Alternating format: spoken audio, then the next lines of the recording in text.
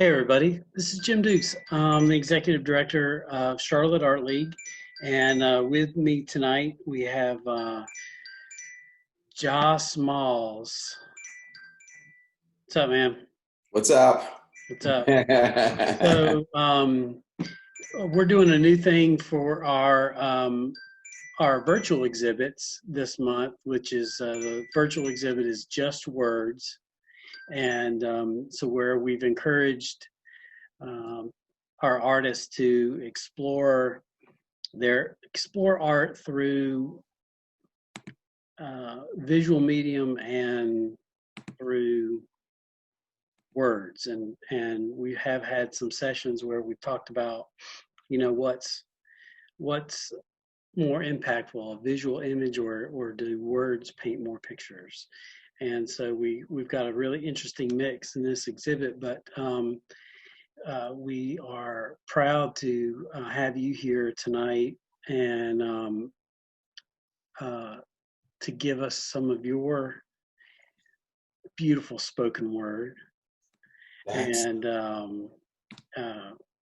just wish I could reach through the screen and hug your neck. So we're going to record this, post it up on the page. So if you could tell people don't know who you are, give us a little bit of your background. Gotcha. Well, thanks for having me here. Thanks for everybody joining in and tuning in. If you see it after it's recorded, thank you for watching and sharing. Very important, that sharing part. My name is Joss Smalls. I'm known by Coach Joss Smalls. I am originally from New York City. I've been in Charlotte, North Carolina since 1997, long time, right? And I still don't believe it's been that long. I'm a creative writing coach, which means I teach people how to use creative writing as a form of healing. I teach them how to journal, how to write short stories, how to write poetry, or at least give them prompts to doing so. And I've learned that it actually helps them in a therapeutic way because they begin to reflect on the things that how they see life and how they make it through life. I am one half of Granny's Boys. I am the coach of Respected Mike Poetry Slam team, and I'm part of the Ain't Right Tribe, which is another poetry group. I am also a member of the Guerrilla Poets. I am a 3-time published author. I'm on the schedule to release 3 more books this year. Excellent. And I think that's enough about my boring life. I don't know. It's not boring. You travel all over the place. I tune into your live broadcast. You're in Atlanta. You're traveling all over the place making art. I'll tell you, I went to Sacramento a few years ago, which we're going to be traveling that way again too. And going to the West Coast is totally a different thing. And the poetry scene is different there. And it really, I learned some stuff about my own writing being around other poets who don't necessarily write the way the poets are around this area. So it was really intriguing. It was really interesting. Yep. Yeah, that's what we like. Diversity, right? Mm-hmm. Makes our craft better. Yeah. I love it. Well, good. So what are you going to be,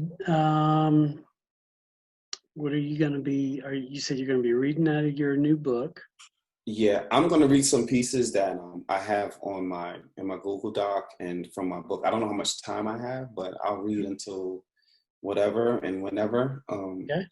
And then, whenever you're ready to go, I'll shift into gear.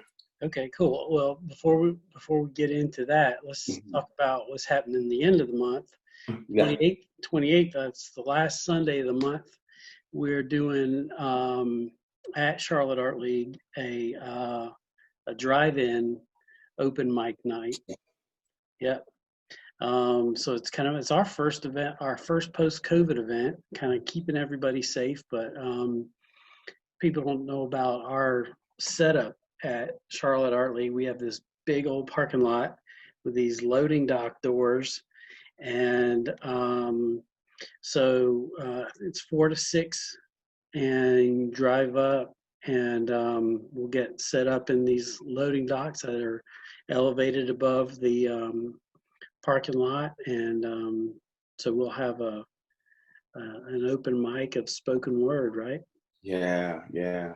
So, and it's kind of going to be like a already who's already in kind of open mic, because it's not going to be a lot of open micers able to come to and get on the mic. So we'll make sure we let people know that. I don't want people jumping out of their car saying, "Hey, I want to get on the mic list." Yeah. We can't do that yet, not Yeah, yet. yeah.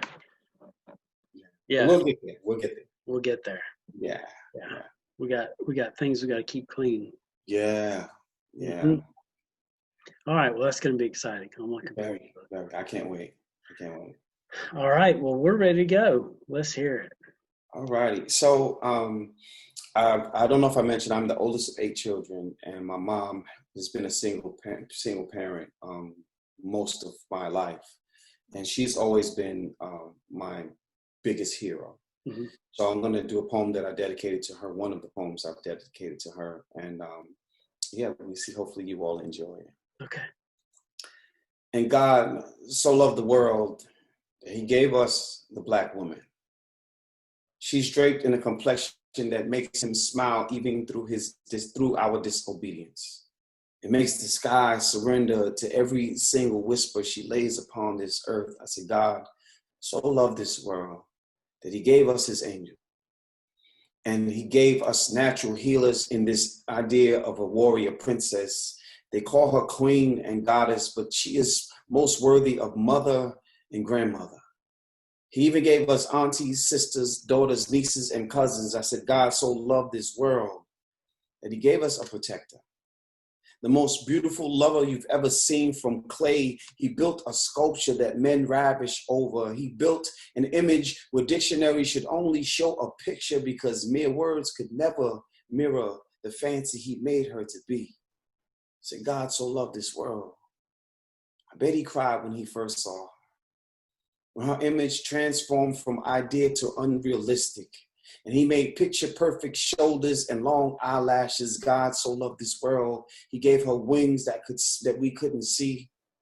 But we watched her fly through tragedy after tragedy after tragedy and still never been to a point of no return.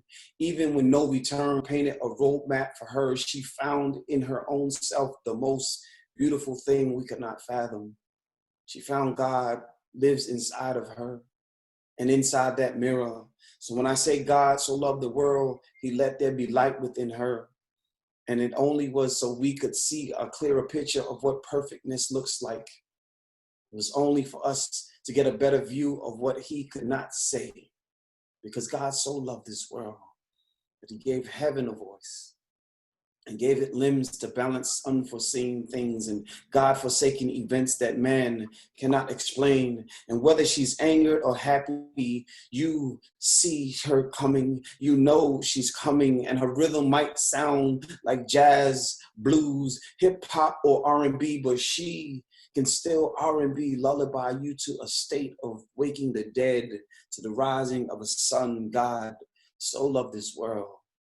He bent Himself into a blissful image, and He made paradise something we could hold on to.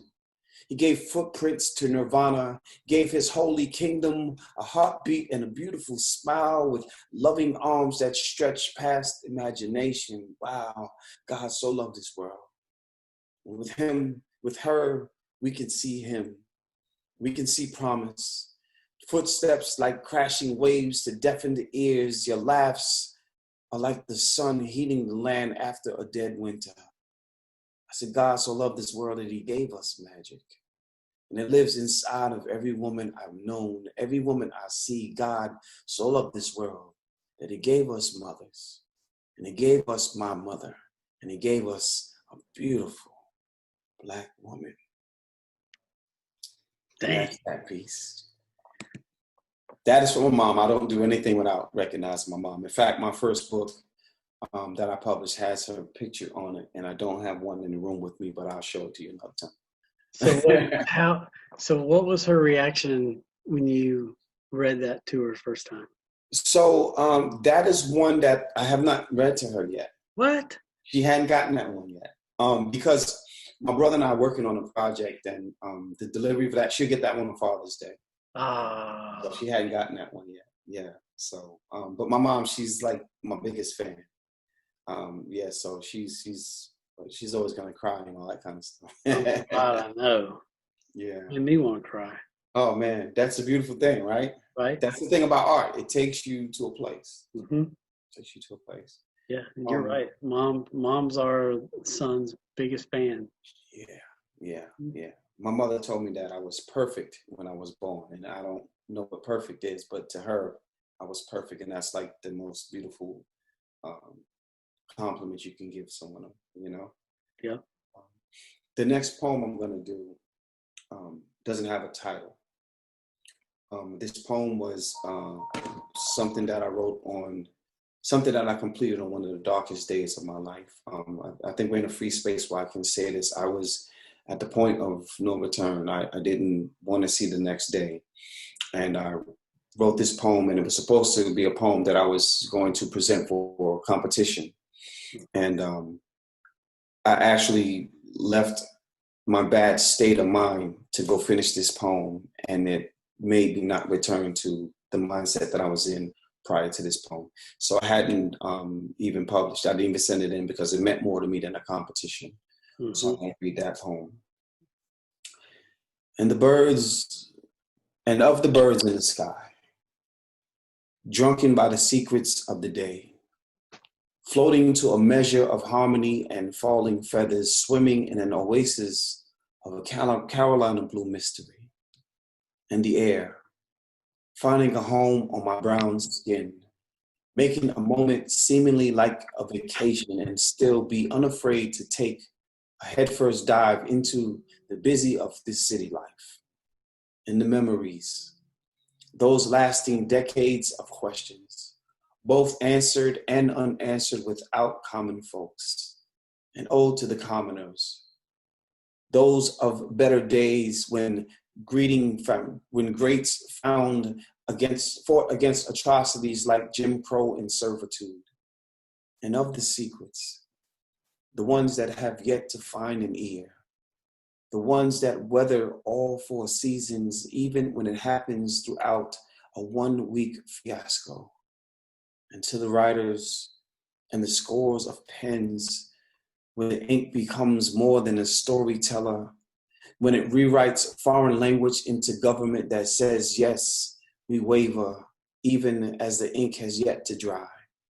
And to the veterans and the homeless and the street dwellers, those who have but a lonely place in the heart of uptown in Charlotte, where the woman finds her resting place in the very same bench every night, and the man, the one who fought for his tent until it cost him everything, the man whose smile led to his poem lining his obituary. And oh, Charlotte, home of the bankers, home of the hustling migrants who have now taken over your streets, now too busy for a good morning. Your faces unfamiliar and brand new, most carrying lingos that says, I am not from these parts. An ode to the city, still unable to grow past the Carolina blue of the day, yet large enough to cover the stories that tell us of our fanciness. Ode to Charlotte. And that's that piece. Yeah. I'll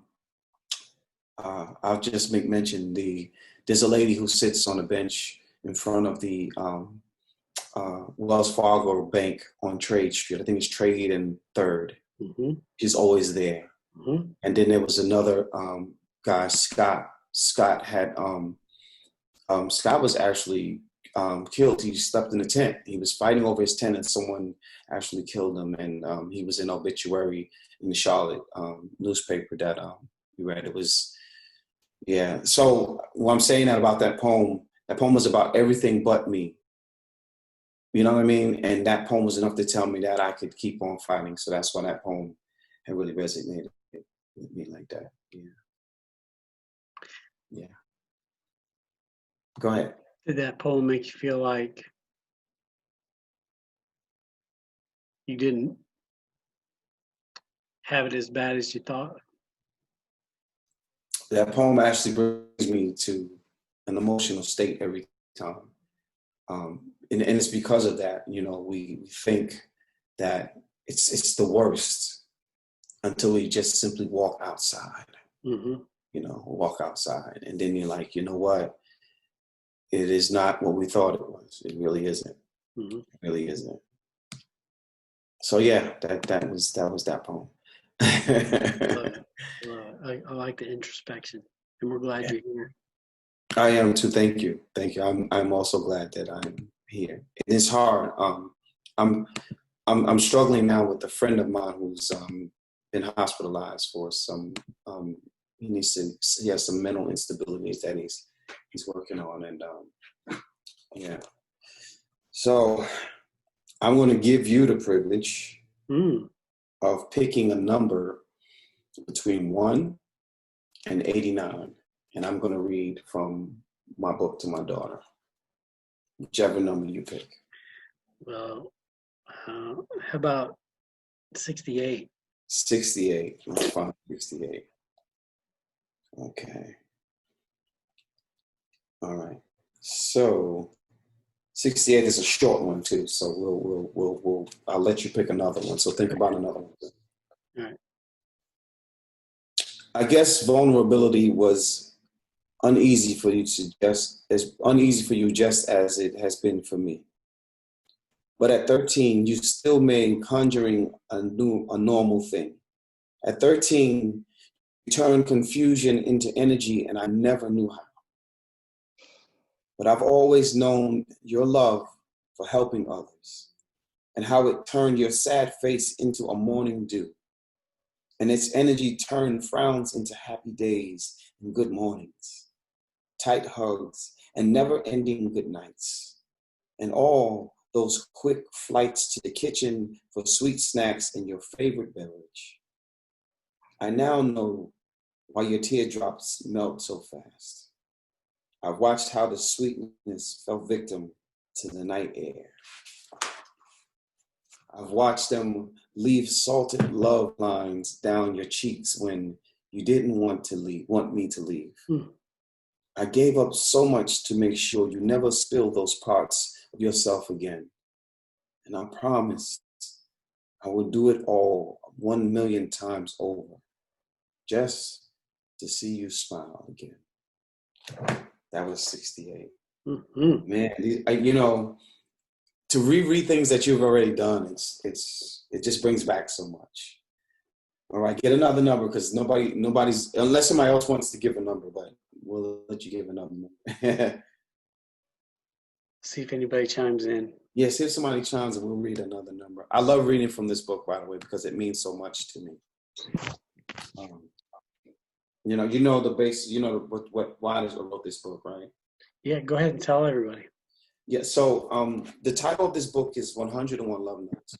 And my now 19-year-old daughter went through a very, very challenging time with depression last year.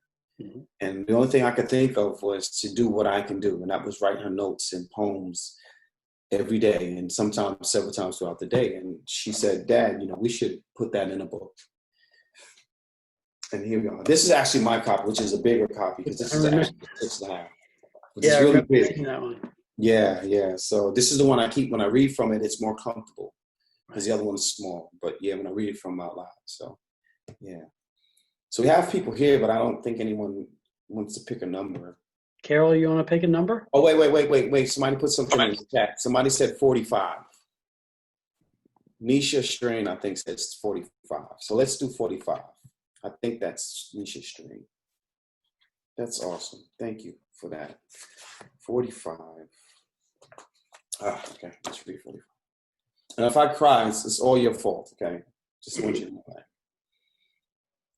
If my eyes never touch a beautiful thing ever again, I could stand firmly in the space where I'm happy to say that I've witnessed you and your beautiful eyes, the ones that have spoken to me since the moment life existed from utero. I can honestly say, watching the tender place where you mature into an infantile, wondrous stretch itself against past unbelievable, just so that we can meet in you for the very first time. It was like playing my favorite song, the one that I've yet to hear until this day. And there you were, of the same flesh as I, God's amazing hands passing the torch over to the man he knew I could be. And willingly I became your holy. Everything was perfect then, and it still is, like a bed of roses, its fragrance tantalizing itself into the most delightful fragrance, like the blues of a new morning, and the sweet dew blessing the earth's new coming freshness.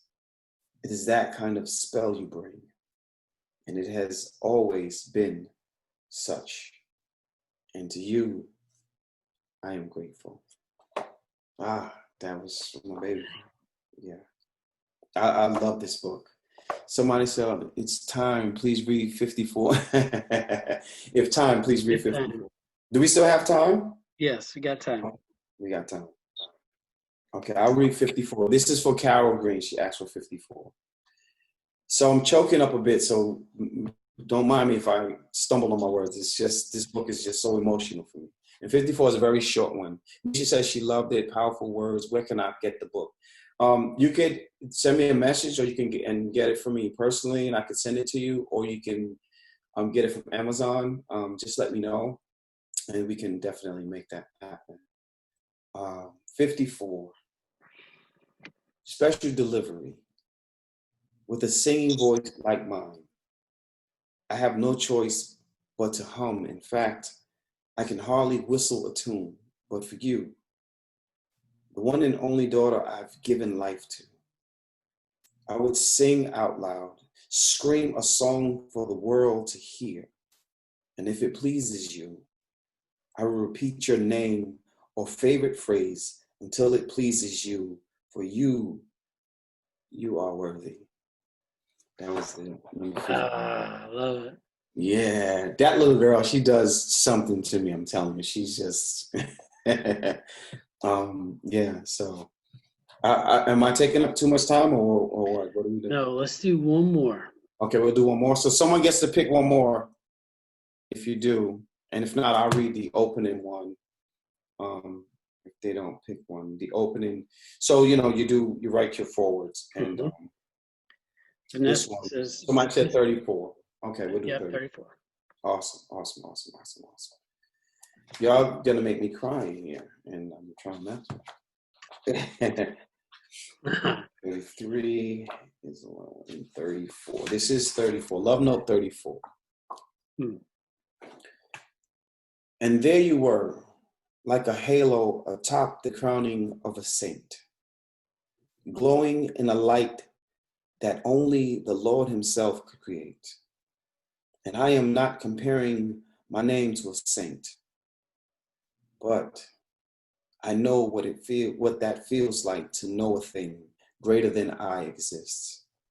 And to know it rattles because one day my affections made me a messenger, made me a magician. And to know that no one could have done the very thing that I did on that very day. And even if they did, they could not have made the heavens open as such.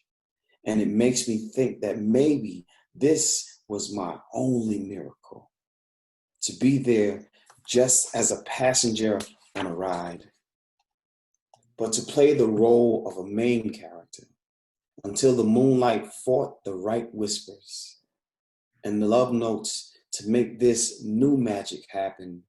And there you were, the princess who loved milk like breathing, to shatter the lives of everyone who has witnessed your glory at some point, and again to you, and again to see you appear from a womb, and now have your own love nest, worthy of creating the same kind of magic, and to know that somehow I played the same rhythm, to know that I am part of a classic, and now to know, now I too can be known for creating greatness, for being a major part of you from the beginning, before anything in life mattered, before big things like warming bottles, burping babies made two worlds collide, and music shifted from reckless to love, and then to ratchet,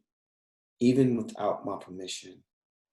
Yet I still will stumble any distance to make sure that the waters stop and flow in accordance to what makes this day great or better, and still know that you and I will always be attached and bonded by a day when affections became love, and love became you. There you go. Yeah. Excuse me, I'm sorry. Yeah. I love that little girl. I love that little girl. Yeah.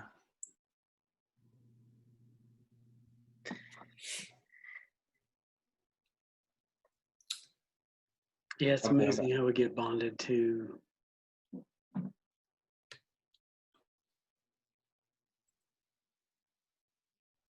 our kids. And it's unfortunate. Some parents waste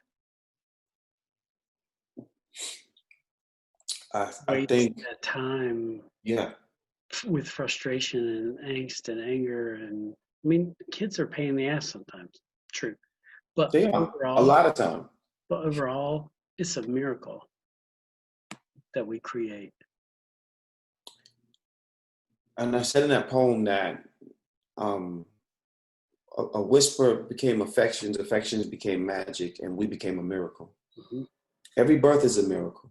Mm-hmm. Every father and mother that unite and bring forth life is a miracle. Mm-hmm. Somewhere in there, whatever higher power you believe in played a role in that miracle. Mm-hmm. And I think life doesn't always give us that understanding of what that miracle is and how powerful it is. Right. And a lot, I grew up without my dad, so to know that there's a love between a child and a parent always ends with the mom. Always ends with the mom.